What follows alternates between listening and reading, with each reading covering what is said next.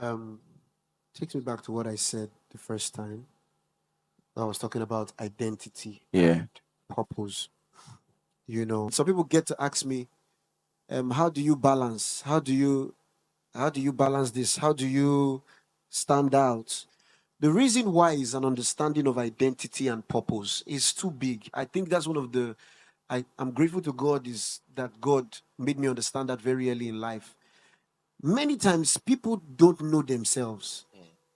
And the truth is that how many of you have surprised yourself? You've shocked yourself before. You did something like,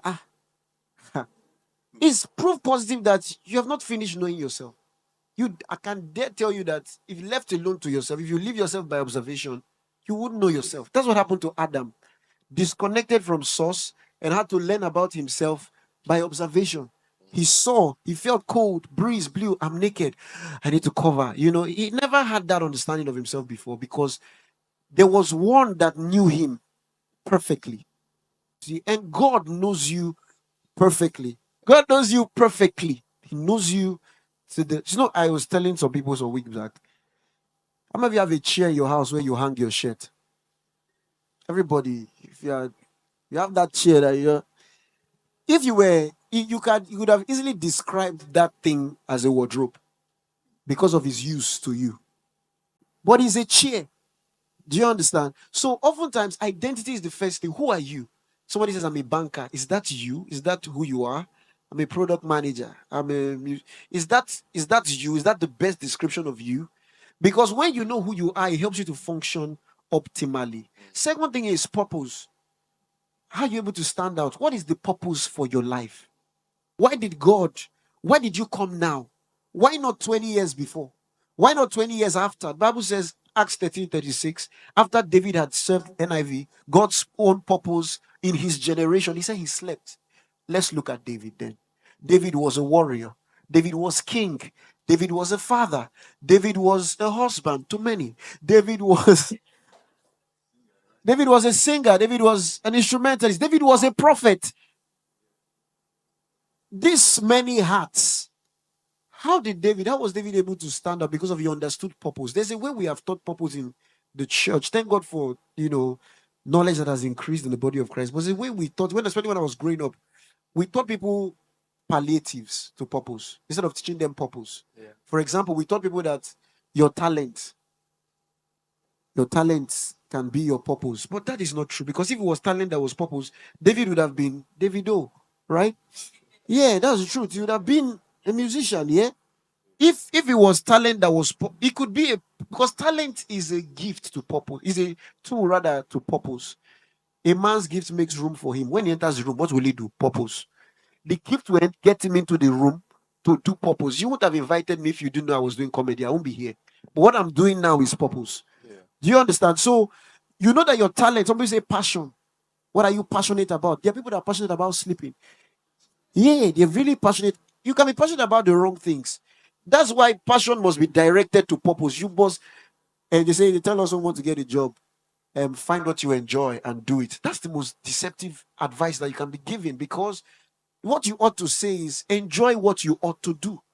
That thing that God has called you to do, now enjoy it. If we don't teach it the right way, people grow up and live their own self. So how do I balance it? That I know my purpose in life.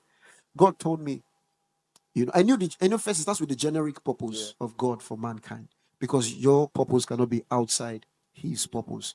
And so in your faithfulness, as you fellowship with the Lord, Bible says the secret of God is with them that fear him. The secrets about your destiny, they are encoded. God will be wicked if he gave you at a particular level. If he told you what you ought to do, you'll be a fool, you'll mishandle it. So sometimes God is training you. That's why you're in a gathering like this. That's why you're serving. He's training your character. And all of a sudden, the more you do, the more is unveiled to you. And all of a sudden, you know what you ought to do. I know, for example, but Ebuka is, Bible says, is John 8:12. It says, I'm the light of the world.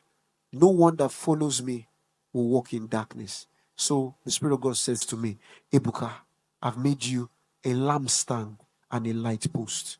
On your account, many in your generation will not walk in darkness. So I have a responsibility.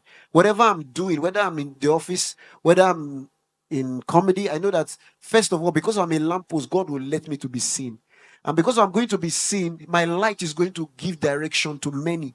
So that gives me a direction that I'm supposed to give light. So I now know that the comedy, another thing is discerning your seasons.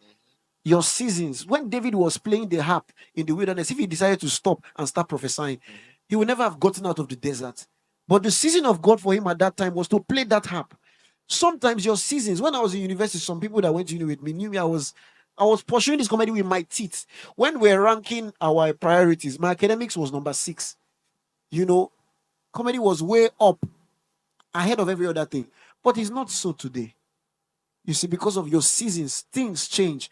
Paul said, when I became a man, I put away childish things. There are things that you do at a level, God is using it. But I just gave that example to show you that if you don't discern your seasons, the example this man of God gave just shone on my, because he said God is telling his story. I was in a theater group in secondary school and university. You can have just one scene. You're a worker pass. All you have to do is to shout, "Yay, the king has come." But when you do that thing, when it's that time, the spotlight will be on you. When you shout it, "Yeah, the king has come," everybody will hear you. And when it's time, you would leave exit and you'll be fulfilled that you did it at the right time. But imagine if you say, "Yeah, the king has come." The spotlight has come, move to the king. You're still shouting, "Yeah, the king has come. Yeah, the king." You have spoiled the whole play. And now you are bringing reproach. What should have brought honor is bringing shame. Do you get it? So design your seasons. So to wrap it all up, the points I gave. Number 1, understand identity, understand your purpose, design your seasons. You'll be able to. If that bless the clap. Thank you so much. You know,